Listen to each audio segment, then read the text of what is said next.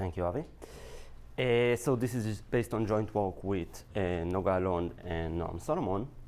And since the title involves the word projections, it seems right to start with the definition of a projection.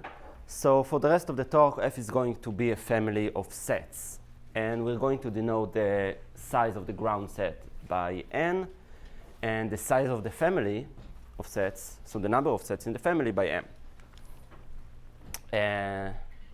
This is the definition of a projection. So if I is a subset of the ground set, this is the definition of the projection of the family F onto the subset I. You simply take, from each set in F, you simply take its part that lies within I. Another way to think about it, you can think about F as a family of vectors. So here's an example. Here, the ground set is of size 4, and the number of sets is 5. And so you can think about this family of sets, family of singletons, and the empty set, as a family of binary vectors. So here I have m rows and n columns. So each row corresponds to one of the sets. That's like the indicator vector of one of the sets. And each column corresponds to an element of the ground set. Okay, so two ways to think about it. Now the definition of projection is even more obvious. So projecting F onto the last two coordinates, or in other words, the last two columns, or in other words, projecting it onto the subset 3, 4, you get those two columns. And our question, or we are interested in the number of distinct vectors that you see there. We call those projections. So here, if you project it on the last two coordinates, you get 3 distinct vectors, 0, 0, 0, 1, 1, 0. Here's an easy question. Is there another choice of a pair of coordinates that would give you more projections? So more than 3 means 4. So we want to see all possible projections, in particular 1, 1, but we will never see 1, 1 simply because there is no row with a 1, 1. Okay? So this is it. This is the notion that we are going to study. In particular, we are going to want to, given an F, we are going to want to maximize the number of projections. So we want to find a subset to project on and get as many projections as possible. Okay. So some classical results about this basic notion. The most classical one is the Sauer-Shelach lemma, or Perle-Sauer-Shelach lemma. It says the following. If your family of sets is at least at that size, so the sum of the first k minus 1 binomial coefficients, that size, and you project onto k vectors, k coordinates, then what you get is all possible 2 to the k projections. And in fact, this is best possible. The previous example was an extremal example if you take k equals 2, right? So it didn't have any projection with 2 to the 2, 4. Didn't have any subset with 4 projections. Okay, so this is solved. If we're interested in the maximum possible number of projections, 2 to the k projections, this is easy, basically. This is the Sauer-Shelach lemma. What about if you want less than 2 to the k? So probably it's worth saying that in the case of the 2 to the k, it's called this set that is of coordinates. It's called shutter. Right. And it's very important in learning theory. So yeah. So again, a subset of coordinates which gives a projection which is full 2 to the k. Projections that we say this subset shatters or is shattered. But in this talk, we are going to talk about an extension of that. What if we want non-shattered subset? So what if we want almost shattered subset? So we want 2 to the k minus 1 projections onto some subset. How hard is this lemma to prove? 2 lines. Yeah, It's beautiful. It's you need an idea. It's called. So I can't sit and do this while you're studying. You can. Well, you can try. By induction, I think you can prove it. If you know the statement by induction, maybe you can prove it. I think that. And also, you might use compression. So there's an idea called compression or shifting, a very basic idea in extremal set theory, and yeah, it gives you. Mm-hmm. And when you say 2 to the k minus 1, you want at least 2 to the k minus 1, or what are you trying to Yeah, I just want less than 2 to the k. So I want to, what would be the largest family, what would be m, the best possible m, that would guarantee just 2 to the k minus 1. Just, he asked whether, when you say just, you want exactly this number or at least this number? I wanted the number of projections would be, at least I want to ask what is the minimum m that would guarantee 2 to the k, at least 2 to the k minus 1, Yeah. but the minimum m. Okay. So this turns out to be a very interesting question, almost shattered. So interesting that even the case of very small k, fixed k, is already gives you very interesting problems. So let's talk about projection onto 3 coordinates, k equals 3, and you want to get 2 to the k minus 1 projections, so 7 projections. Turns out that the correct threshold here, this is best possible. The correct threshold is 1/2 of n choose 2, and this is essentially equivalent to Meltel's theorem. So Turan's number for the triangle graph K3. How can you see that?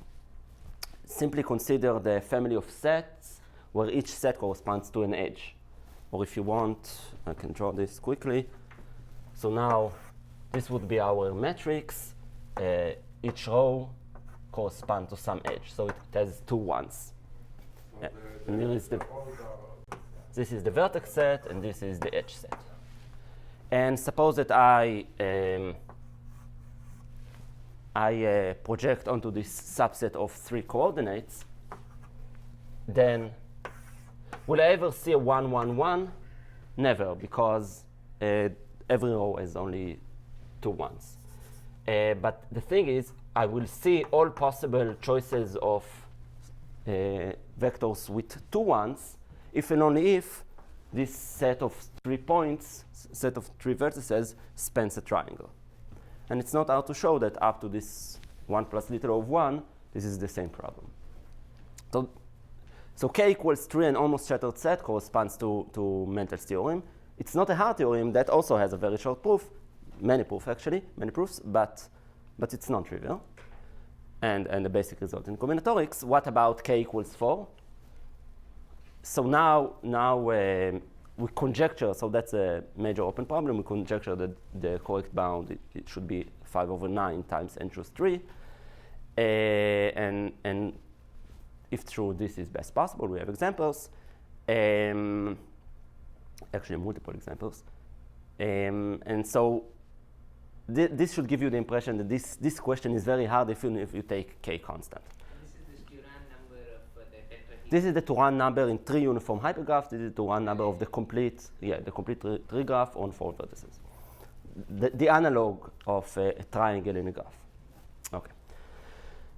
Instead, so these questions are way too hard. Instead, we're going to focus on the other extreme case, the case of a linear size projections. We're going to project onto 30% of the vertices of the coordinates. So what is known here? We're talking about linear size projections. Specifically, if we talk about families of sets of truly exponential size, so constant times 2 to the n, then we know some things. First of all, we know, we go back for a second, we know by the Sauer-Shelach lemma, because m is of exponential size, then the Sauer-Shelach lemma gives you n/2 coordinates that are shattered. So n/2 coordinates that see all possible 2 to the k projections.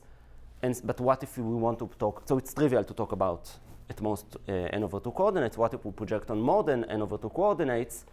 Then we can't get 2 to the k, of course, because Sauer-Shelach is best possible. But we can get this close to it.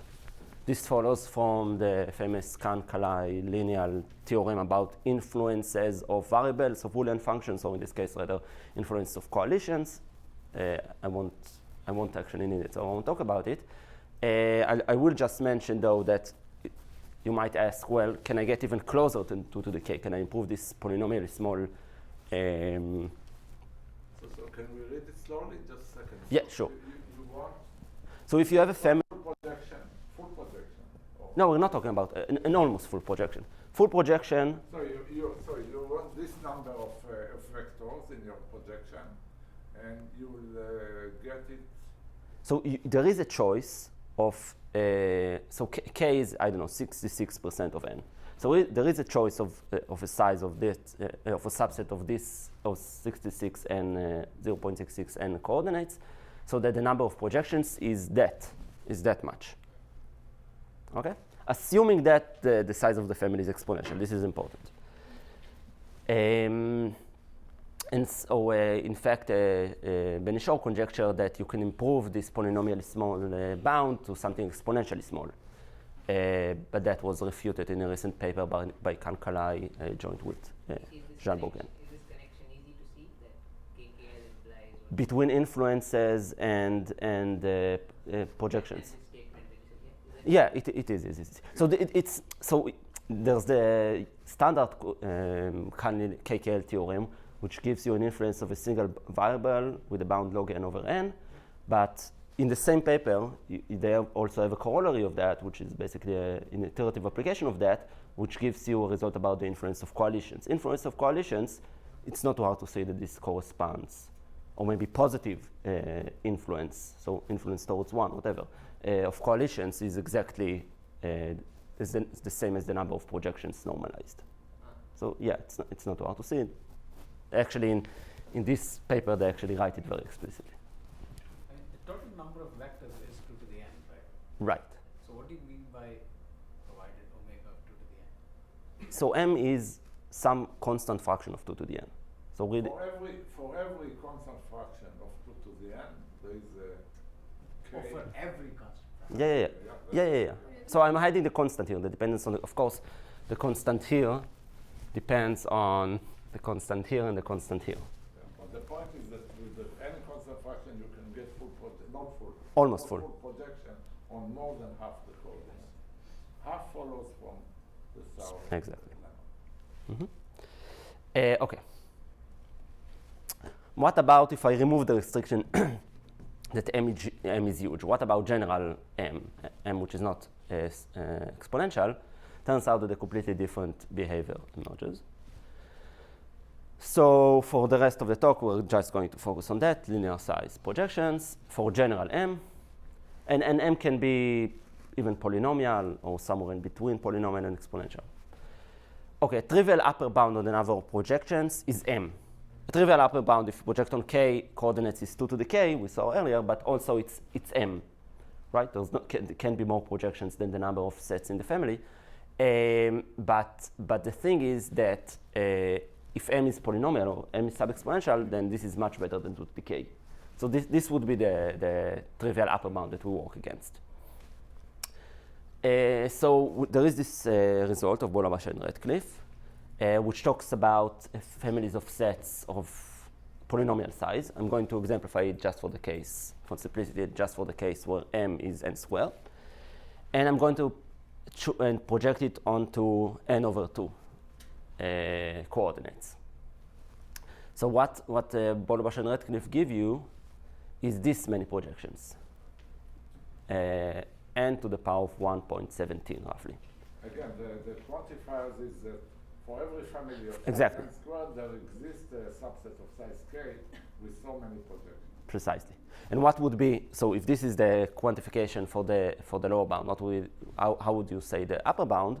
There is, so what they actually constructed also is a specific family of sets, so that no matter which n over 2 coordinates you choose, the number of projections you see is little of m. So it is asymptotically below what you might expect. I think that's an interesting construction, and we'll talk more about constructions in a few slides. So this was the state of the art. And n square, these numbers n square and n over 2 are important. I mean, how much can you tweak the constant? So in their result, you can replace 2 with any constant that you want, and the bound here would actually deteriorate. I mean, what you would get actually is like the same constant roughly. Also, you can tweak it by choosing, instead of 1/2 times n, you can choose any other constant, say alpha, and then the bound here would roughly be like m to the alpha, roughly. So as alpha goes down, so would the number of projections go down, which makes sense. Okay, but remember that for the next slide. So here is our main result, or results. So first I'm going to, just to be able to compare, I'm going to focus on the case where m is n squared. So for every family of sets with n squared sets, if you project, there is a way, there is a choice of n over 2 coordinates, so that if you project on them, you get this many projections. So n to the 1 plus 1 over 3 minus log to the base 2 of 3. This weird constant. This is what we get. The tilde hides log factors, so there should be divided by log n, but we only care about the exponent here. So basically we improve the exponent from 1.17 to 1.7t, which is a very nice improvement. So this is our result, but this is 1/2 of our result. The other half, which is maybe more surprising, this is the correct answer. Okay, this weird constant, that's the correct answer for m equals n squared and n over 2 coordinates to project on, up to these log factors. And what would be the general case? So now m is not necessarily n squared, not necessarily polynomial, and we project onto alpha n where alpha is not necessarily 1/2. Here is the statement of the general case. We only require that m would be sub-exponential, so it moves 2 to the n to the whatever constant you want, 0.001. There is a choice of a linear number of coordinates, and actually I can take this to be even slightly sublinear, so n to the 0.99. There is a small that sees this many, that gives you this many projections. So this is like a geometric mean of m and n, like a weighted geometric mean, where lambda is this weird constant that depends on alpha. And notice that lambda really is a number between, so you can't think of it as a constant, it really is a number between 1/2 and 1. Specifically, if alpha is very close to 0, then this is very close to 1/2. In which case, the bound that you get is really the geometric mean of m and n. So square root of m n to some 1 to the power of 1 minus log of 1.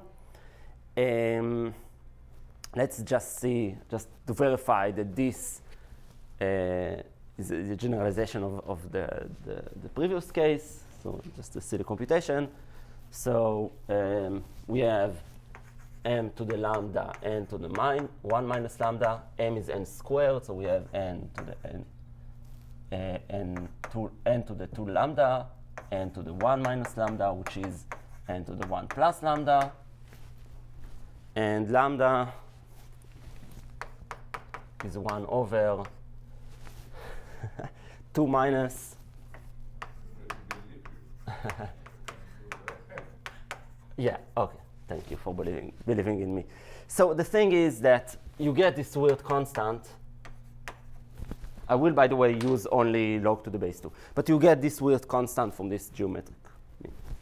Okay. Yeah. You have an algorithm to compute such a set that's efficient? A random algorithm. So it turns out a very simple random algorithm. Just take a uniformly random subset. I see, a random subset. A random subset. Actually, a random subset gives you that. But it's very not obvious to see. And turns out that this m to the lambda n to the 1 minus lambda is best possible. So for the rest of the talk, I will speak about the proof of this. I see, so just another question Mm-hmm. related to the algorithm. So a randomized algorithm of its nature will give you this without probability, but you don't have a way to certify that the number of projections is large. For a given Subset, yeah. for a given study and the family is large. So you're talking about the question if I have a large matrix with many rows and someone gives me, I mean, If the matrix is given, right. Then it's clear. But if it was given, okay. we never thought about it. so just to give you some intuition about this bound, so I said if alpha is close to 0, then lambda is 1/2, so the bound is roughly square root of mn. If m is super exponential, then mn is roughly m, so the bound is square root of m. And this is already interesting because Super polynomial, not super exponential. sorry, Super exponential. I said super exponential. Yeah. Super polynomial, thank you. M is super polynomial. Right, M has to be sub-exponential. And this is already interesting because note that we are projecting on alpha n coordinates, and alpha can go down to 0, tend to 0, and yet we would still get at least square root m projections. Okay, so alpha goes down, and still we get many projections. Of course, the constant here, or the constant here that I hide, depends on alpha, but the exponent does not depend on alpha. So it really, so that's rather, I don't know, even for this like corollary, just square root m, I don't know of an easy proof. That by itself is a statement that surprises me. Okay, so I claim this is best possible. So let me give you the construction of an extremal example. It's going to be a random construction.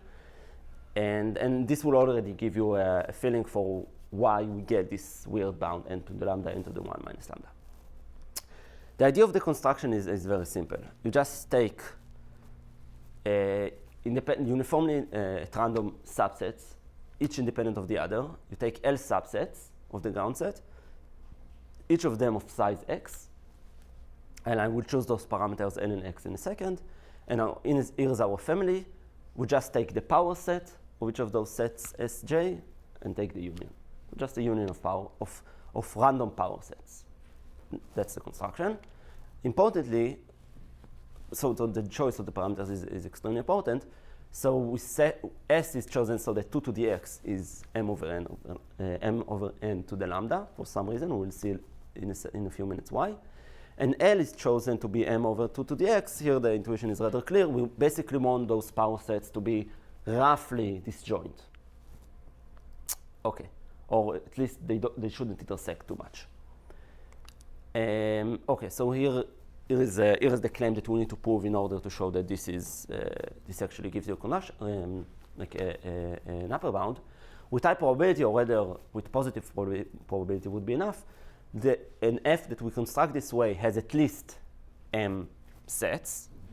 If we want exactly m sets, you might as well remove the extra sets. It doesn't matter.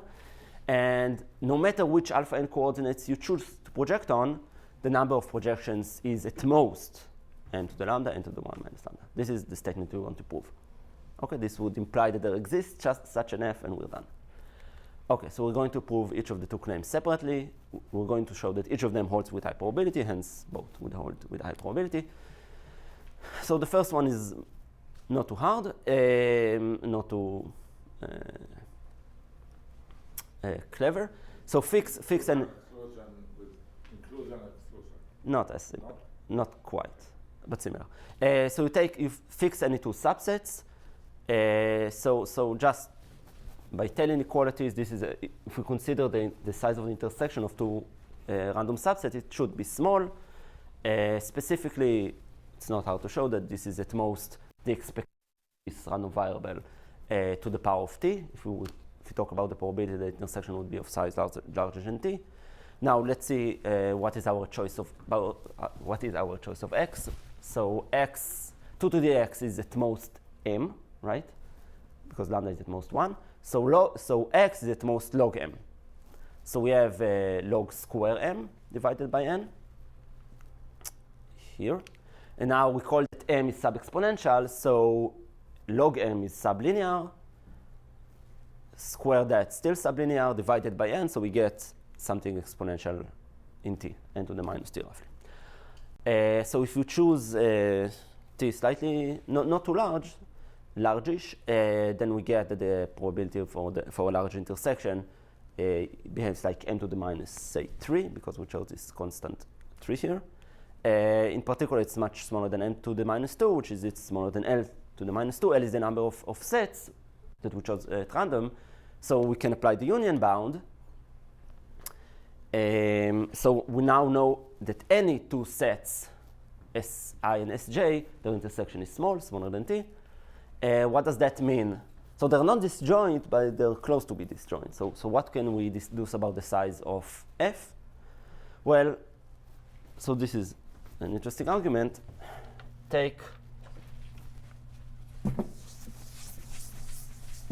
Fix one of the S's. Let's say S1.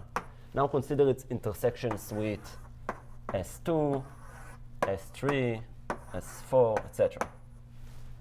Now what we know is that the size of each of those is at most T.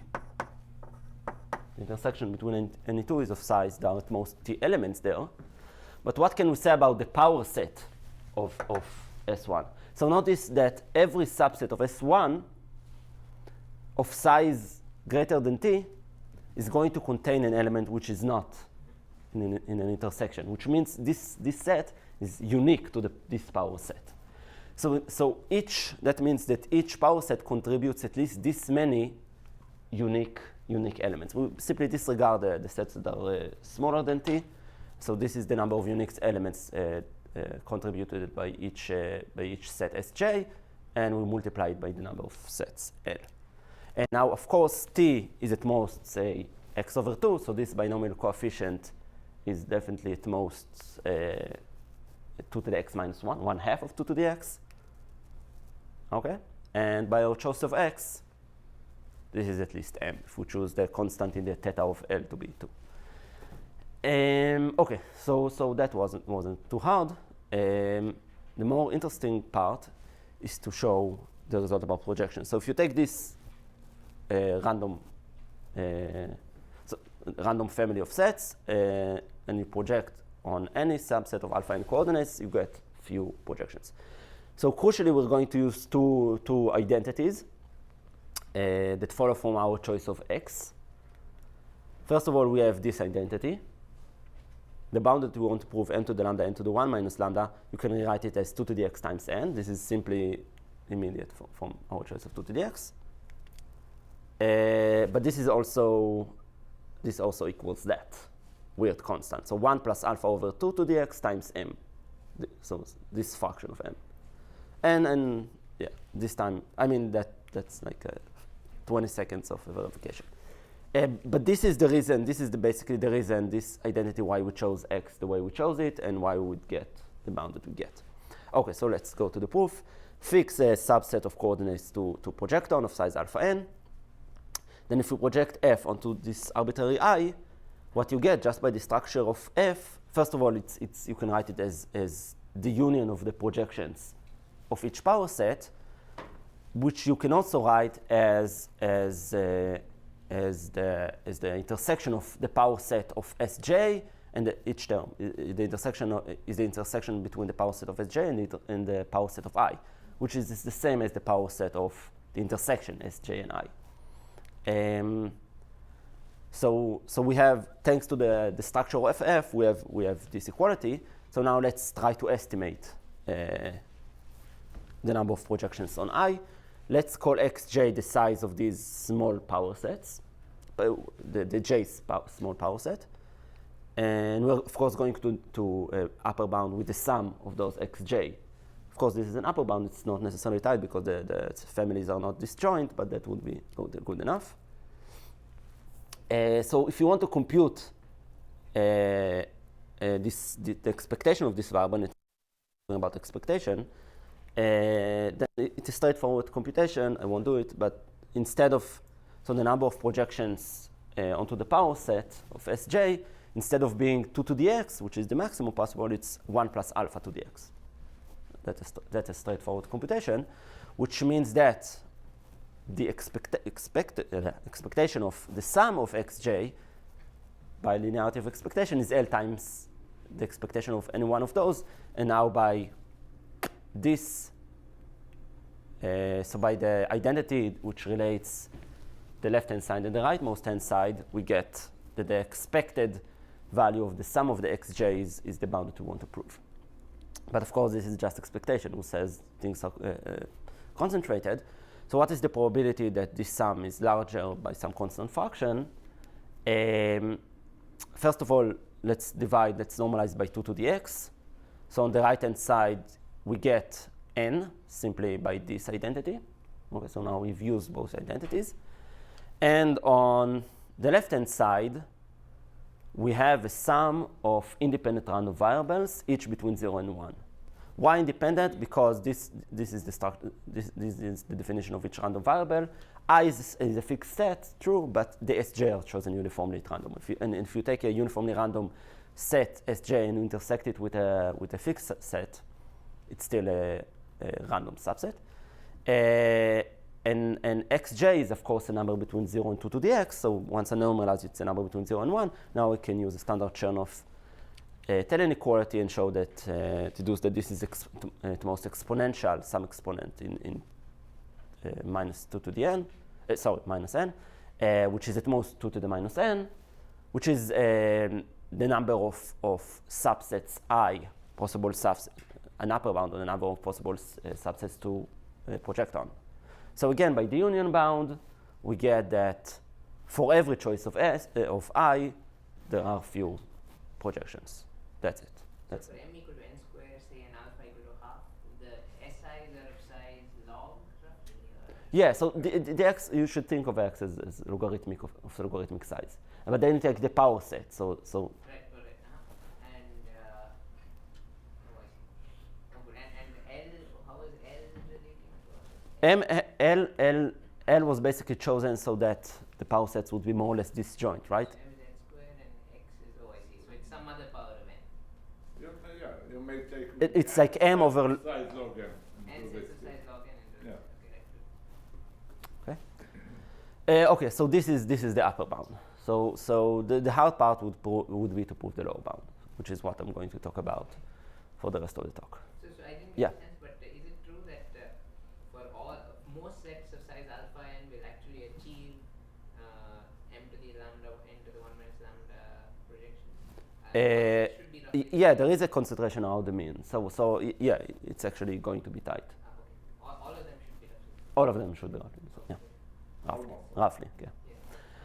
Yeah. Okay, lower bound. So instead of talking about families of sets, I'm going to soon talk about hypergraphs. But first of all, some notation. So now we're going to talk about the power set of a family of sets F.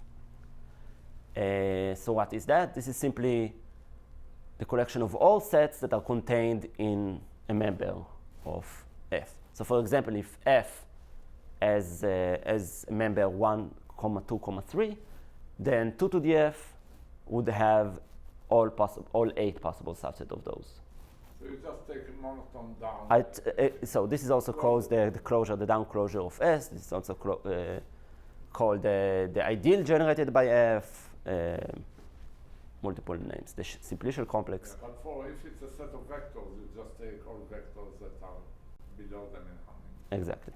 And also, just to give an example, what if F consists of a single set, so 1 till n, just this set. So the down closure is exactly all the subset of that. So that's really just like the power set of that specific set. But in general, for a general family F, that's a much more complicated notion.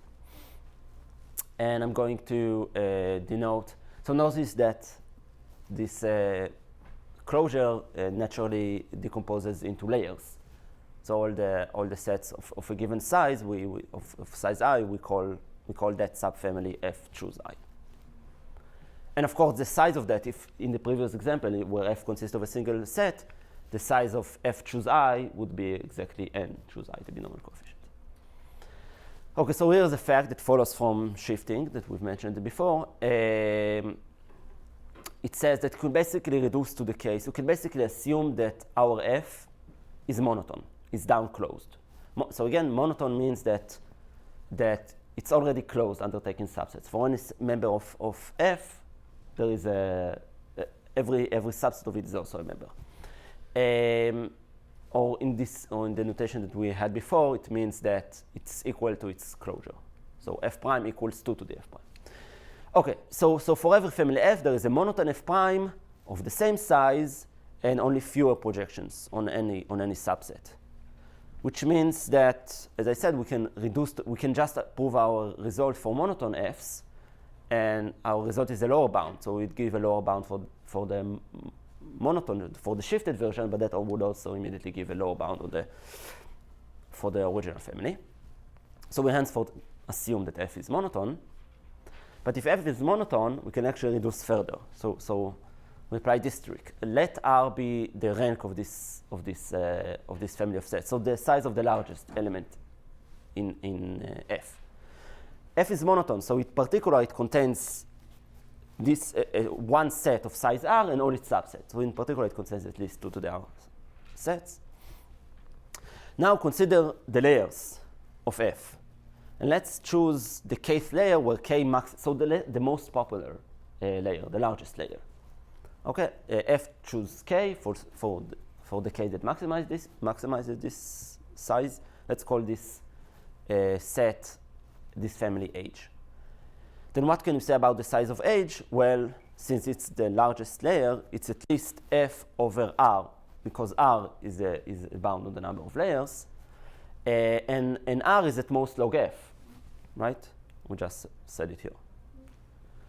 So if we only focus on the largest layer in F, its size is essentially the size of F itself, up to log factors. Since in our lower bound, in our proof, we don't care about logarithmic factors, we might as well just focus on just the most popular layer.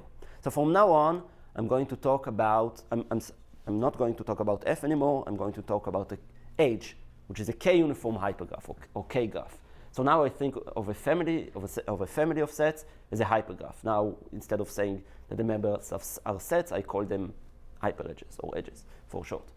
So from now on, H is a k-uniform graph with n vertices and m edges. Of course, m here and corresponds to m over log m there, but it's roughly the same. Yeah. Is it, if I give you F, the set, F, Mm-hmm.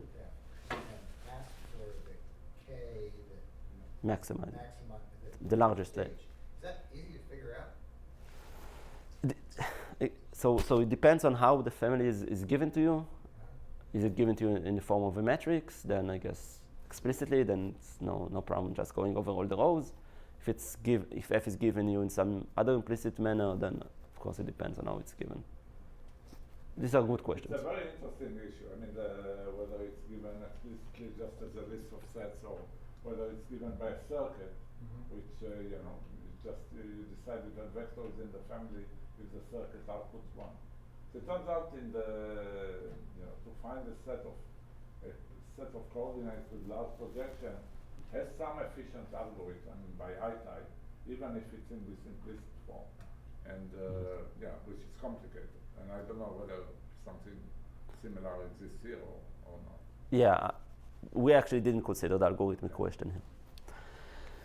Okay, so here is a reminder about the notation that we had. And here is an important observation. So as I said before, we are actually going to lower bound the average size of a projection. So we are actually going to choose a random subset of alpha n coordinates to project on and show that this has m to lambda n to the 1 minus lambda projections. So let's write a formula, a closed formula for the average size of a projection. So that shouldn't be too hard. Here is one way to write it. We sum over all potential elements, all potential projections, sorry, meaning all the subsets of all the sets in the closure of H. Okay, and for each of them, the contribution to the expectation is simply the probability that this set is contained within the random set that we project on. Right? That's another way to think about this. Okay, and I'm going to estimate this probability by alpha to the size of S. Why is that? So think of A as if it's chosen, each element is chosen to be in A with probability alpha. This is roughly what is going on here.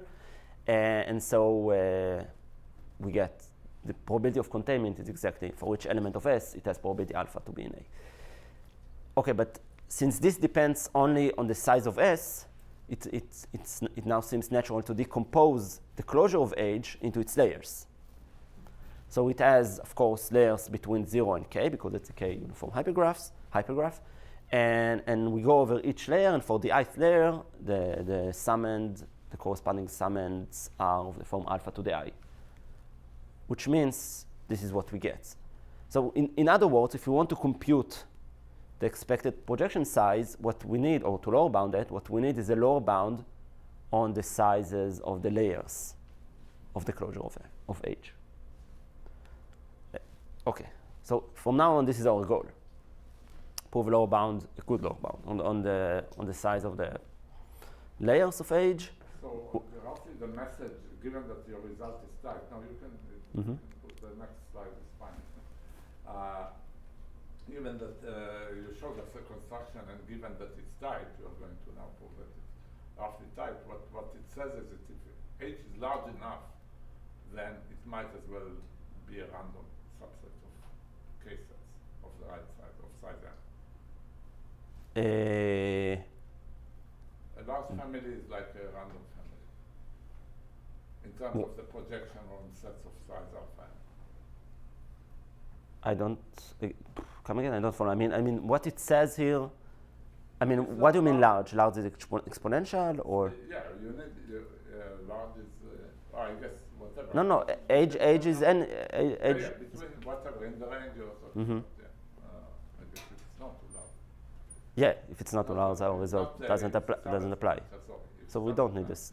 But then it looks like, from the point of view of projections on linear size sets, it behaves more or less like a random family, because your construction Right. was the random family. Right. Random family, and then takes this closures or this powers. In terms of the number of projections, In maybe. terms of the number of projections. Yeah. Maybe the projections themselves might be, I don't know, Maybe, weird. yeah, but it looks. This goal is only for analyzing random projections, like not worse. Right. We still Right. do Right.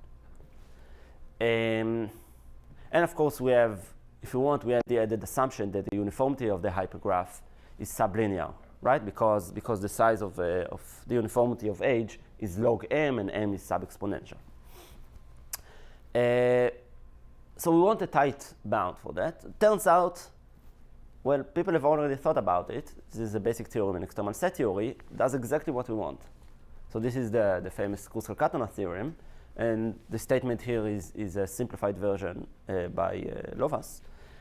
Here's the statement. It's very simple. If H is a k-uniform hypergraph with m edges, and we write m as a binomial coefficient x choose k, and now here we allow x to be a real number if we want exact equality. If not, you can just replace it by a lower bound on m. Doesn't really matter. So if we write the number of edges of H in this form, then the size of the ith layer of H is at least x choose I. And as it turns out, this is best possible. So what would be an external example here? Simply a clique. So the complete k-graph on some x vertices, and nothing on the outside. Just a small clique, and that's it. Why is that? Because if you take a clique on x vertices, a k-clique, and now you take only sets that are contained in those hyperedges of size I, then what you get is again a clique. An I uniform clique on the same x vertices. So you get x choose I, the bound here. And this is bad news. Okay, this bound is tight. So we already have a tight bound. So we can't hope to improve a tight bound, but this is our goal. So something. Why is it bad? Why are the numbers bad? Not specifically the numbers, but the fact that we want to say that we want to prove a lower bound for that, but actually there is already a lower bound for that, which is tight. So it would actually be bad if the external example here. I'm just saying it's bad if we want to hope to improve this. We can't improve this. But it's not really bad because the number of projections in the clique is actually everything, right? Alpha n is much larger than x, and so the number of projections is all possible projections, all the M sets. So actually, it's not the numbers here are good or fine, but the bad news is that you can't hope to improve the Kruskal-Katana theorem. So what can we do? So we'll need one piece of notation. Let's denote by M alpha the largest number of edges induced by alpha n vertices. So again, this notation means the sub hypergraph of H induced by A, meaning all the edges of H that are contained in this set A. That's a set of projections. No. So this is not a projection. What's the difference between that and a projection? Because this only considers the kth layer, just the hypergraph itself. A projection would also go down, would also go down to the k minus 1 and k minus 2 levels, etc. I don't understand this definition. So H is a k uniform hypergraph. Every edge is of size k. And now I fix a set A of alpha n vertices, and I consider only the hyperedges of H that are contained in A. Only elements that are.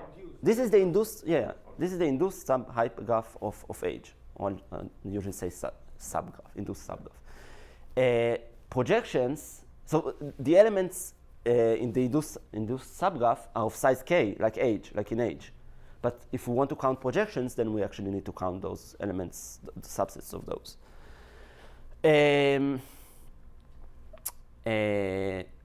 And here is a simple but crucial observation related to this bad news from before.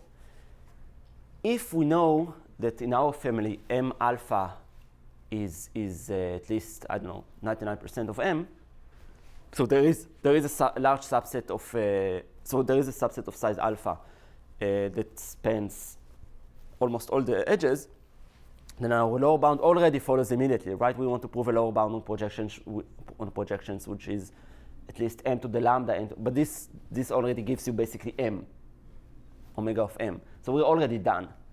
So we might as well assume for the rest of the talk that m alpha for our age is bounded below from m. So it's at most, say, 99% of m. But that doesn't work well with your promise that a random set will give. Will give many projections.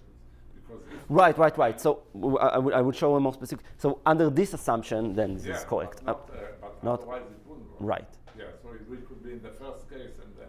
Right. We need. Subset will not be.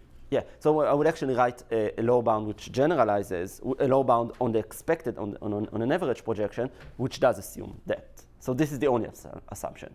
But you're right. We do need to assume. If I give you an arbitrary family, you may not be able to find by a randomizer or any other efficient algorithm. Maybe. Set with a large projection. Maybe. Okay. Yeah. By the way, just to connect it to notions that are more common, M alpha basically corresponds to edge expansion of the hypergraph H. So let's talk about the case of k equals 2. H is a graph, and if this graph is irregular, then the edge boundary of a set A, meaning the edges that have one endpoint in A and one endpoint inside of A, you can write it and skip the details, but you can write it as basically d times 1 minus this ratio m alpha over m. So if m alpha is much smaller compared to m or to alpha m, then this is an expander. But our so basically if this requirement that we're talking about here is equivalent to saying that the hypergraph is a very weak, at least a very weak expander. Okay, so for the rest of the talk, we're going to assume some expansion on the part of H, but only some. Okay, so I'm going to stick with M alpha rather than expansion, just because it's slightly more convenient, but you can think about expansion instead of M alpha. So here is a statement which we call the sparse Kruskal-Katana theorem. So that's a variant of the Kruskal-Katana theorem that also has this additional assumption that it slightly expands. In particular, this assumption guarantees that our hypergraph is not a clique, like in the extreme one example for Kruskal-Katana. So under this very mild assumption, turns out that we can significantly improve the lower bound in Kruskal-Katana. So here is what we need. we need to write not m but m alpha in the form x choose k times n. It's important to write it in this form. Once you do that, here's our lower bound for the size of the ith layer of age. It's at least x choose I times n times this expansion ratio times some error term c, where this c is at least alpha over k to the power of r if m is n to the r, whatever. And this sparse Kutzal-Katonah is in fact best possible up to the error. So I've motivated why we would want such a statement. We want something like Kutzal-Katonah, but we have an additional assumption that allows us to improve Kutzal-Katonah. And as I said, we have to make this assumption that m alpha is bounded away from m. Otherwise, and the reason is that even this term already gives you something which is better than Kutzal-Katonah. Okay, I can specifically by a factor of roughly n to the 1 minus 1 over k. So if I is bounded away from k, this is like a polynomial factor. So this is like, I don't know, square root of n. So our lower bound is already better by a factor of square root of n from the Kutzal-Katonah theorem.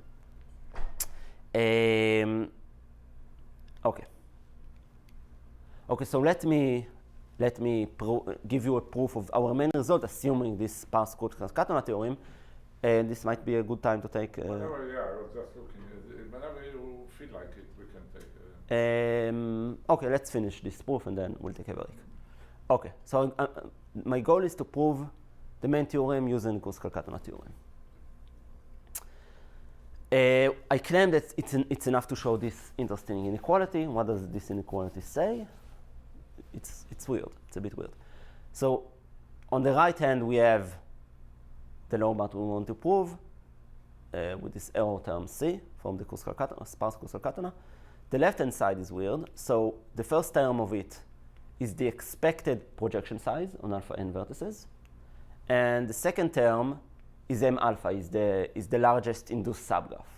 So this considers the number of sets of size less at most k, and this considers the number of sets of size exactly k. Two, I'd say, uncomparable quantities, but it turns out that if you take a proper geometric mean of them, where lambda is the same lambda from the statement that's a constant that depends on alpha, then you get at least this bound, which is again the same geometric mean, with the same weights of m and n. It looks even weirder because where lambda and 1 minus lambda appear is in the opposite sides, no? I mean, how come opposite? On the right hand side, lambda appears over m, and in the left hand side, 1 minus lambda appears over m. Okay. It's very bizarre. I agree. I have no intuition why this is true, but here is why this would complete the proof. Let's first of all take a look on the left-hand side. Of course, you can upper bound the expected projection size by the maximum projection size, which is what we want to prove a lower bound for. Okay, and also m alpha is at most the maximum projection size for two different reasons. These are two different quantities, but both are upper bounded by the maximum projection size. Okay, so on the left-hand side, we have at most the maximum projection size to the lambda plus 1 minus lambda. So the power is 1. So the left-hand side is really what we want to lower bound. And the right-hand side is almost what we want, except we have this c, but we claim that c is not too bad. So this was c from the sparse Kutzal-Katonah. And recall that k is sublinear. We said it before by our assumption on m being sub-exponential.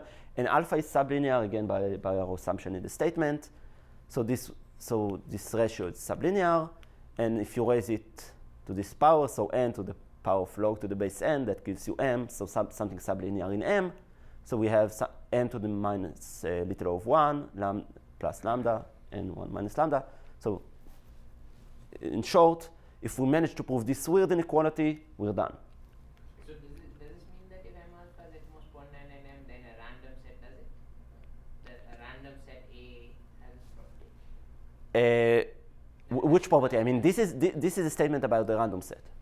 Right. So this proof also implies that for Yeah. I will give so in a second I will give a slightly, I will rewrite this in a slightly nicer way, and then it will be obvious. Here is the slightly nicer way. So first of all, raise both sides to the power of 1 over lambda and divide over by n. So this is what we get. The expected projection size times m alpha over n to the power of 1 minus lambda divided by lambda. But it's an identity that you can check by the definition of lambda. This is exactly like 1 minus log 1 plus alpha. Okay? And we want to show that this is at least roughly m. So this is the statement. This is a rewrite of the previous inequality. And if you divide over by this quantity, then this gives you a lower bound on the average projection. Okay? That applies if m alpha is not too large. Okay, so let me prove this inequality using the sparse-Kruskal-Katonah theorem, which will prove the main result and will only leave us with the sparse-Kruskal-Katonah theorem to prove. Okay, so I'm going to take a look on the left-hand side, specifically on the size of the average projection, which is basically that, as we said before. I'm going to normalize by the right-hand side, and I'm going, just for convenience, I'm going to multiply by m alpha over n to the power of 1, just because it will be slightly nicer. And now apply the sparse-Kruskal-Katonah for each of those terms separately, for each of the summations here. So what do we get? The sparse-Kruskal-Katonah gives you, of course we can use it. The sparse-Katonah theorem gives you that h choose I, the size of it is at least x choose I times n, which cancels out with this n, times m over m alpha, which cancels out, times c, also cancels out. So we are left with this sum. How do you bound sums of this form? So here's like a nice, forget about this constant 1/4, but this is a nice small lemma that might be useful. In general, so for sums like this, you usually have a dichotomy, two possible behaviors depending on the relationship between k and x. So to see this, just for example, consider alpha being 1. So this is just the sum of the first k binomial coefficients. We know that if k is large enough, at least 1/2 of x, then this sum is basically taking this sum is basically like taking all the summands up to x. Might as well sum everything. It will basically give you the same thing. But if x is smaller than 1/2, then this sum is basically like the largest term, like the last term. So there's a dichotomy here, but it turns out that there is a uniform lower bound that you can give, which, so this is nice. We don't have to separate into cases. This is at least the largest element to the power of log 1 plus alpha. Okay, it's a nice lemma. Anyway, so x choose at most k? yeah. So of course x is at most k. So X choose less than or equal to k, or x choose k? oh, so in fact you can get here choose, but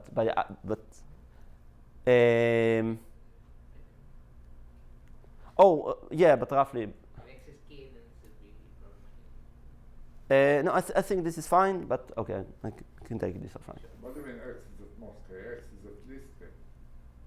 No, yeah, x is larger than k. Yeah, Of course. x is larger than it's supposed to Like x Oh, so this is what's k over confusing. 2 or Sorry? Yeah, k is some fraction of x if you want. be. Yeah. Okay. And now, importantly, remember that in the sparse-Kruskal-Katonah theorem, we wrote m alpha as n times this binomial coefficient. So we get m alpha over n with this power. Now divide over, rearrange, and we're done. Okay. So we proved, assuming the sparse-Kruskal-Katonah theorem, we have a lower bound, which is, by the way, tight, on the average projection size under this assumption. And okay, I'll stop. Let's take a quick break and continue from here.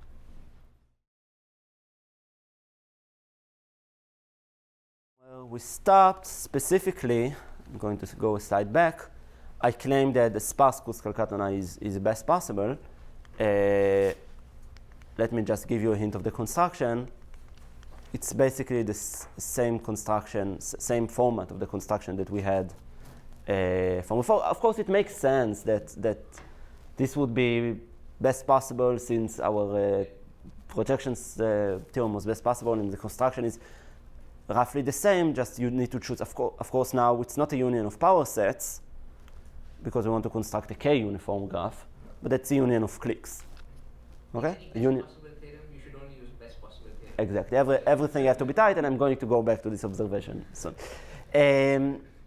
And so this is a union of random cliques, k-cliques, and we choose L and X in this manner.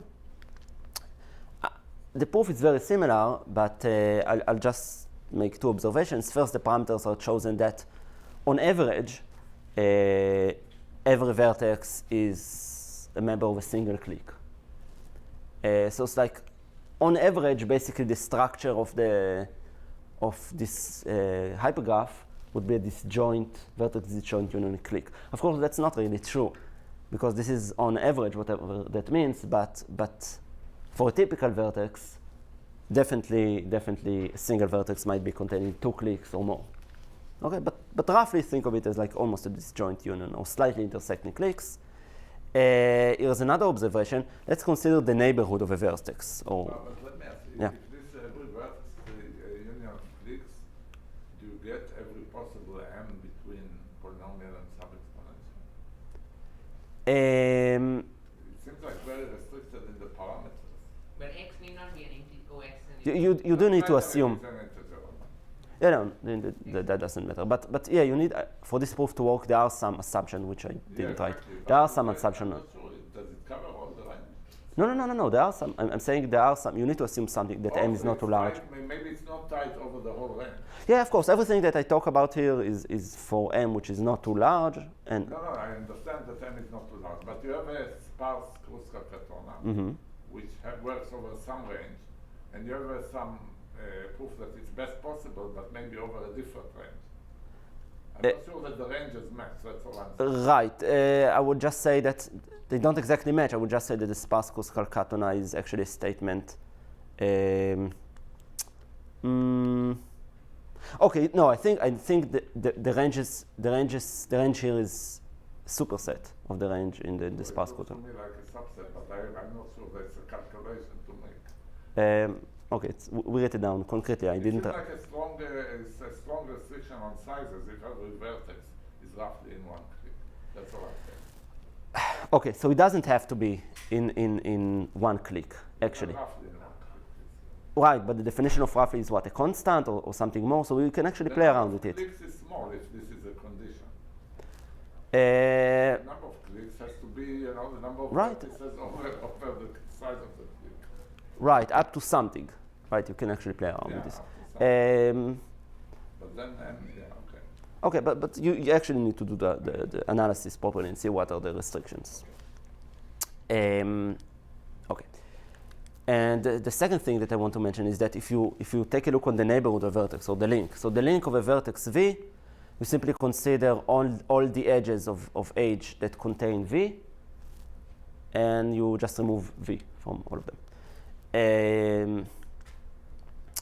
So for an average vertex, whatever that means, this is a clique, right? If you take, suppose that basically every vertex, under this assumption that every vertex really is contained in a single clique, then if you take the neighborhood of a vertex, you again see a clique.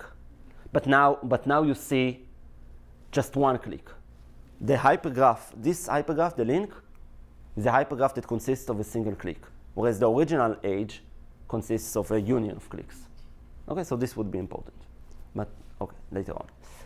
Okay, so I won't actually give the full proof of the Kruskal-Katona. It's too much, but I will give a weak version of it, which already gives a non-trivial bound and contains many of the main ideas.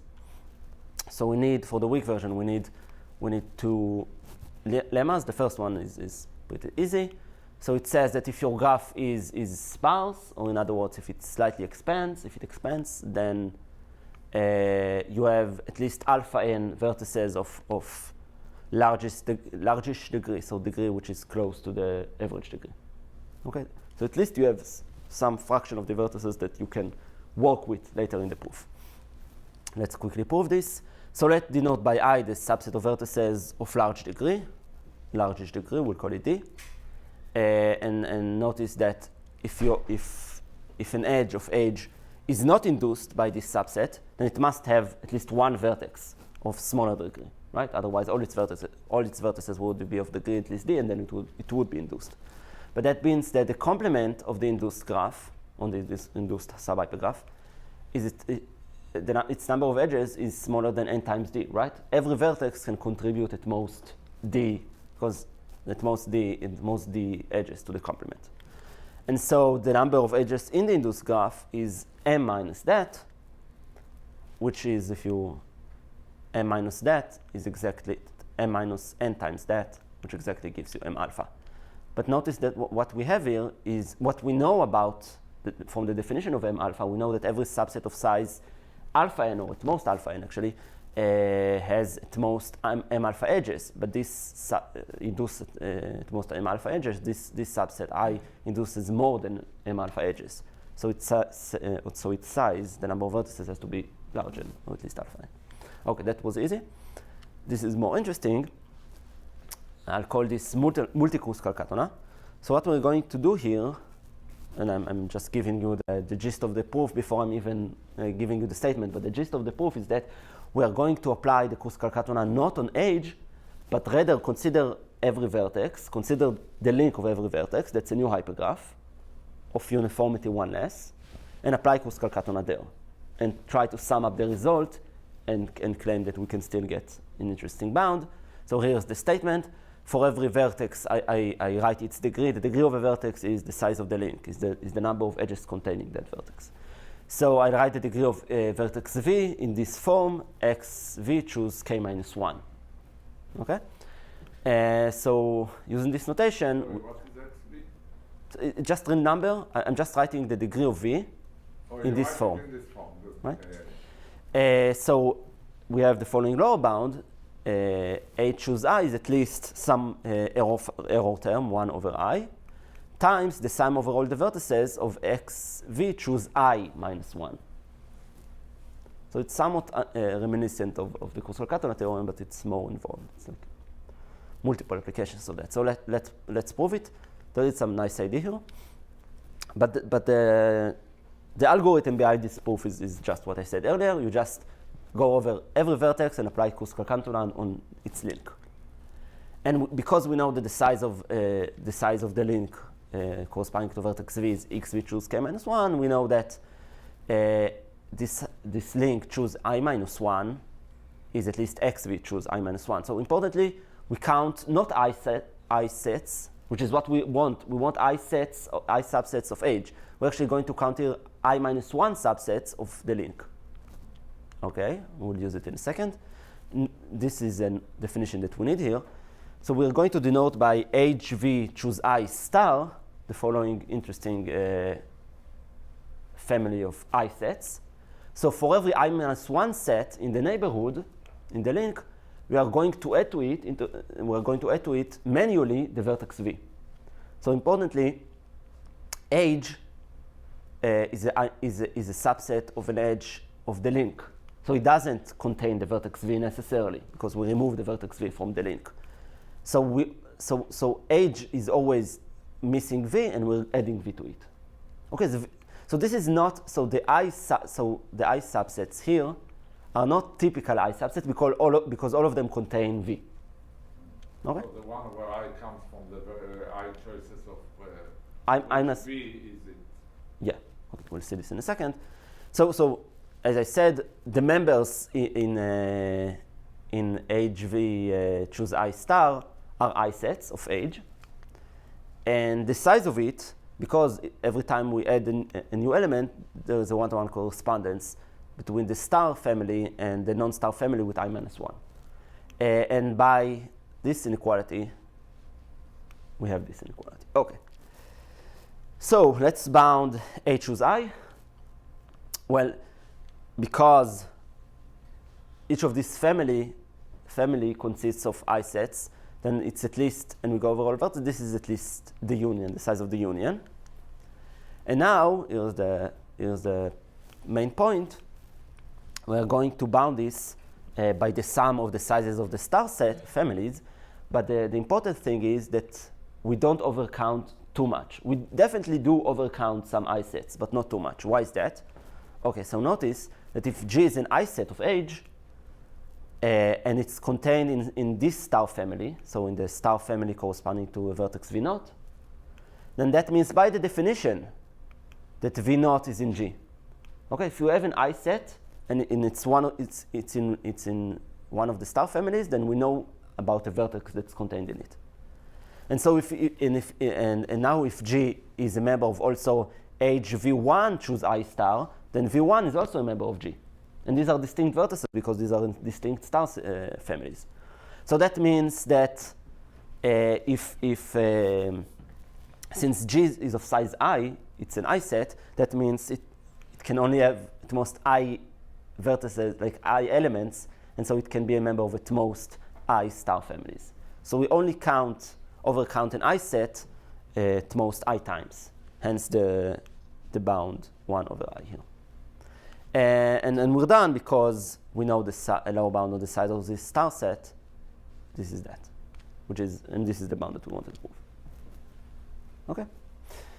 So the summary of this, we apply Kruskal-Katon on each link, but the point is that to analyze this, what we do is consider actually specific I sets, like those in the star families. Okay.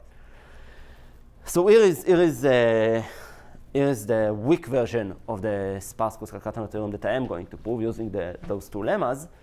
Here is the statement, so the assumptions are the same, and the lower bound is C choose x minus, so forget about the error term, x choose I minus 1 times n, and also forget about the n minus 1. Let's think about it as x choose I times n. And what I'm missing here for the full Kruskal-Katon is this expansion term, this m over m alpha, but hence the weak in the title. But as I mentioned before, this is already stronger than the usual Kruskal-Katon. So this is already a non-trivial statement. It's stronger because of the... Because if you, I haven't done the calculation, I can do it. But the n factor is the factor... Because of this factor n to the 1 minus I over k. So you get like... But just a statement. Yeah. In normal Kruskal-Katon, I choose I is at least x choose I. No. So the definition of m is different. Let me do it approximately so it will be clear. It's good to do actually. So Kruskal-Katon, the usual Kruskal-Katon. There you write m in the form x choose k, and it gives you a lower bound of x choose I. So let's very, very crudely approximate this as x to the k, and this is x to the I. So x is m over m to the power of 1 over k, so this is roughly m to the I over k. So this is roughly the lower bound that Kruskal-Katon gives you. What about sparse Kruskal-Katon? There you don't write m in this form. You write m alpha. But it's not important really for the weak version. It's not important that it's alpha. What's important is that we write it in this form. Okay. And the lower bound that we get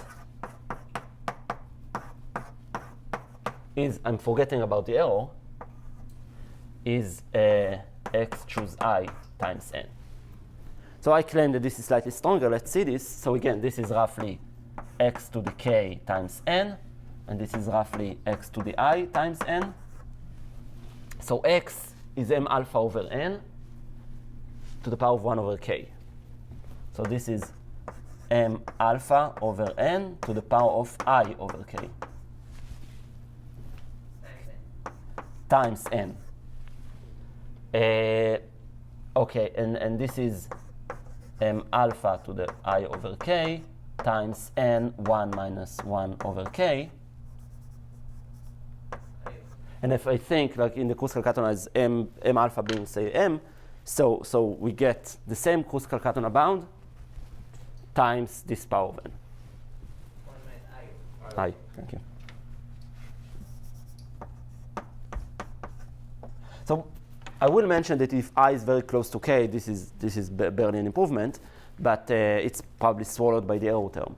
But if I is a fraction of k, say, then this already like 1/2 of k, this already gives you an improvement by a factor of square root n, which is interesting. Okay, so let me prove this. It's going to be a very easy proof once we have those two lemmas. First of all, I apply this well-spread lemma that gives you an alpha n vertices whose degree is at least roughly the average degree. Why 0.01? Because our assumption on m alpha is that it's at most 0.99. And okay, recall the definition of m alpha. So m is at least m alpha. So m alpha over n is x choose k minus 1 by our definition. And okay, I want to get rid of this constant, so you can actually replace x with some y, which is roughly x.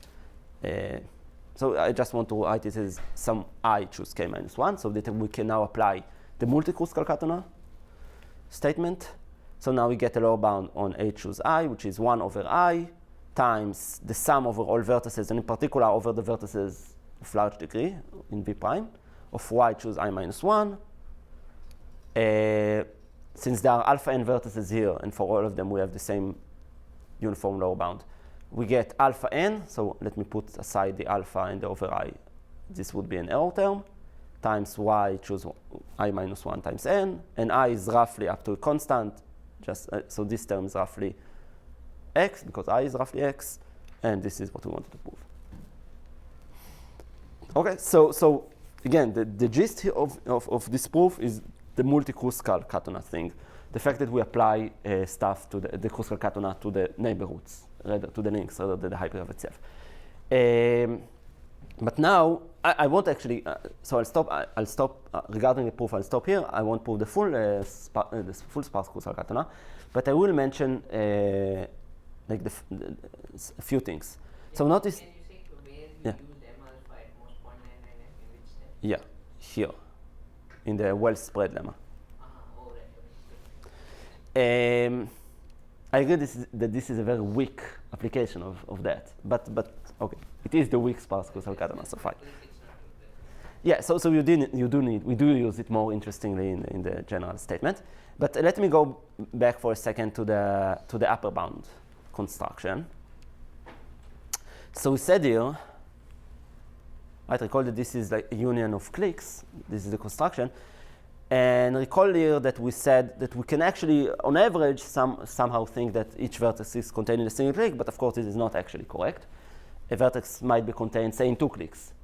But if a vertex is contained in 2 cliques, what is its link? So if you think about it, it's actually a disjoint union of 2 cliques. Okay? So it's not just a single clique, which brings us back to the extremal example of Kruskal-Katonah. It's a union of cliques, in this case 2 cliques, so it can be 3 or 4. It doesn't have to be a disjoint union. Right, of course. So some union of cliques. But then again, we're more or less back to the same construction that we have. So if we apply Kruskal-Katonah now, we won't gain as much, because Kruskal-Katonah isn't optimal on hypergraphs of that form. So what we do need to do, what seems natural to do, is to iterate this statement and go deeper. Okay, so instead of talking about the links of H, we might talk about the links of pairs of vertices. So we would have U and V, 2 vertices, and we'll talk about the link of this pair, UV, which is the subset, which is a subgraph of H that contains the edges that has U and V, the common neighborhood of U and V in a sense, and hope that this might be maybe just a single clique roughly. If not, we go deeper.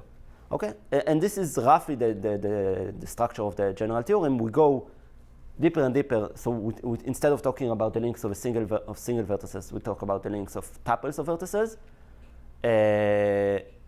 and apply Kruskal-Katonah at the right time after we go in deep enough. Not too deep, exactly the right amount of deep.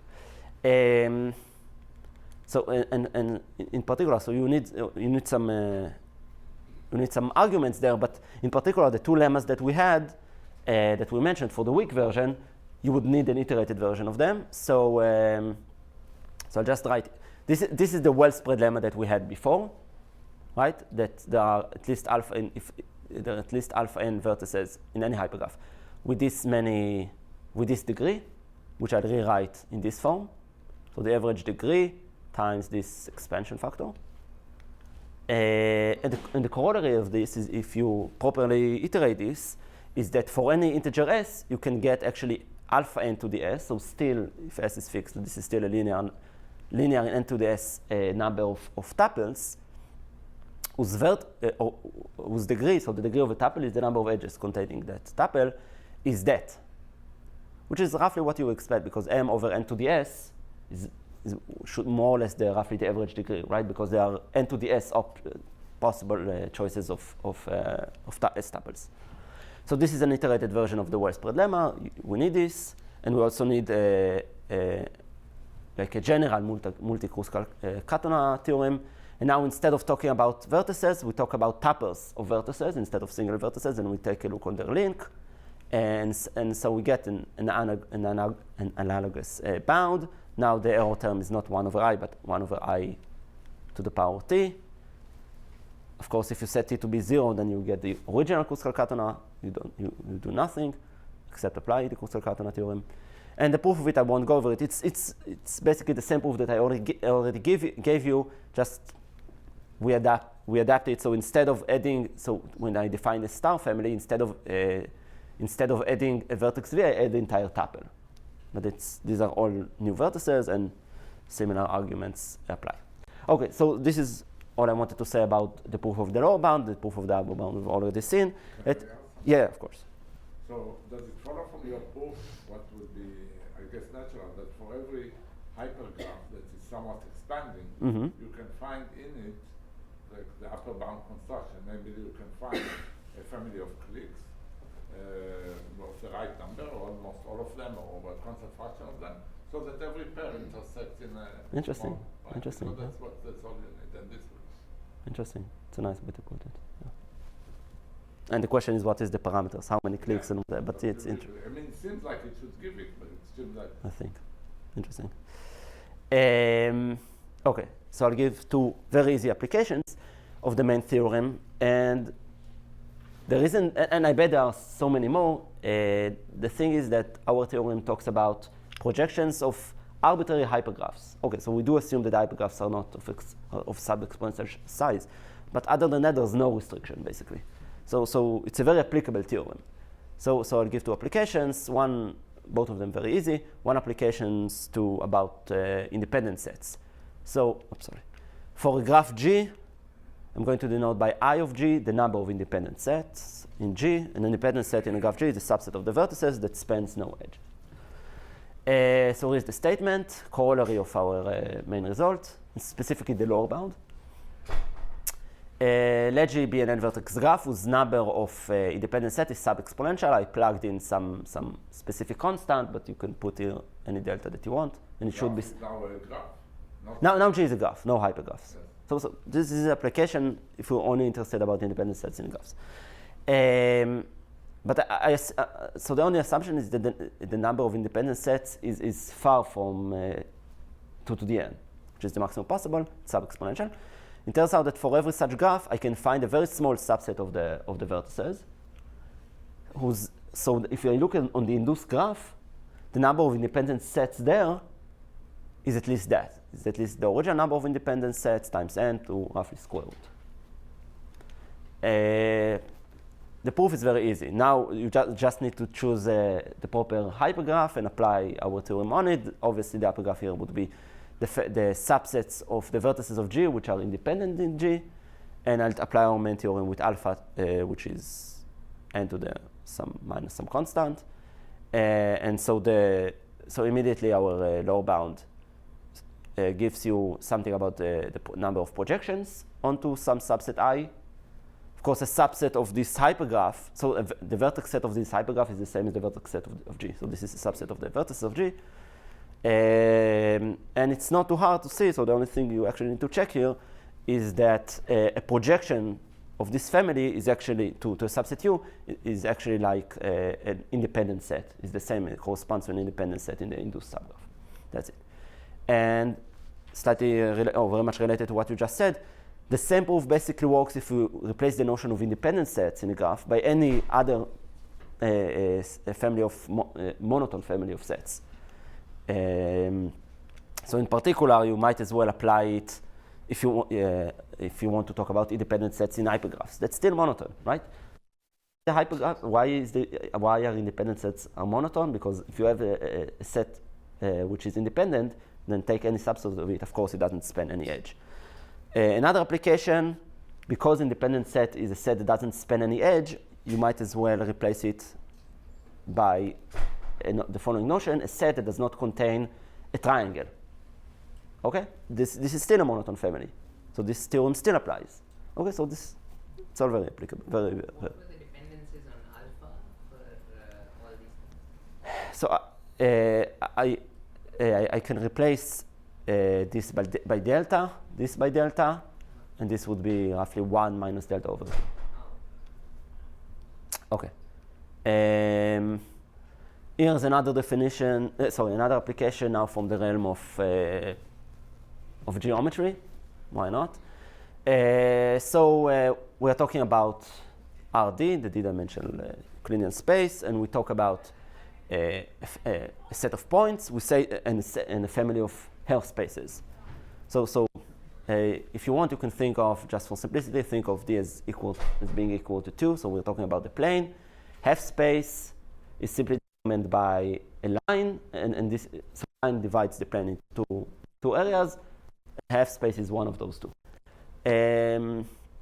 So we say that the set of points separates the set of hyperplanes, F-planes, if any two half spaces are separated by some member of V. So for every two distinct half spaces, there is a point lying in one half space, but not in the other. Okay, roughly equivalent way to say this. So again, let's assume we're in the plane. What we want is that for every two lines, this is supposed to be a line, in the family, let's assume that they're not parallel, so they intersect.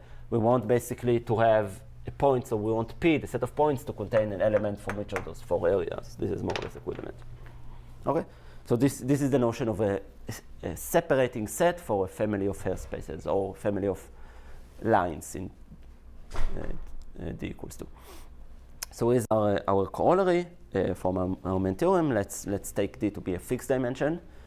And let's take two finite sets, set of points, and a set of Hare spaces, such that the set of points, we are guaranteed that it separates the set of Hare spaces. And it turns out that would seem familiar, you can find a relatively small, pretty small subset of the points that still separates a lot of the hyperplanes, or a lot of the Hare spaces. And the proof sketch, very similar to before. Now the hypergraph we have is basically the collection of half spaces, but we identify each half space with the subset of P that are contained in H. So now we can think of each subspace as basically a finite set, members of P. So the vertex set is now P, and F, this is F, and we apply our result, and the only fact that we need to use is that, notice that in this statement there's no assumption, there's no sub-exponentiality assumption. We don't assume that the number of Hare spaces is sub-exponential. Because we know that P is small in any way, right? P is at most n choose D. Exactly. So since we know that we fix the dimension, so if P separates H, then we already know that F is P or F is of size polynomial, so it's definitely sub-exponential. Okay, this is about applications. Let me state a few open questions. Two obvious open questions. First one is to consider the same question, but now remove our sub-exponentiality assumption. So our proof gives you a lower bound. M is at most 2 to the n to the whatever constant, 0.01. Can you prove that this constant to 1/2? So can you say something for families of this size, 2 to the square root of n? Can you say something for even larger families, 2 to something which is very close to n? More than that, and you would get basically to the realm of the KKL theorem. But what about? So we basically settled the case of Small small families and large families are KKL, more or less settled the case, but everything is between is open. And also trying to improve our restriction on K. So we give a result where the number of projections, by the way, don't be confused, K is not a uniformity of a hypergraph, K is now the number of projections, number of coordinates to project on, sorry.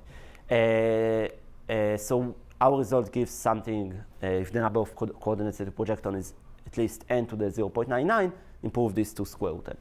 Say something about this case. I somehow suspect that this case should be kind of different. I'm not sure.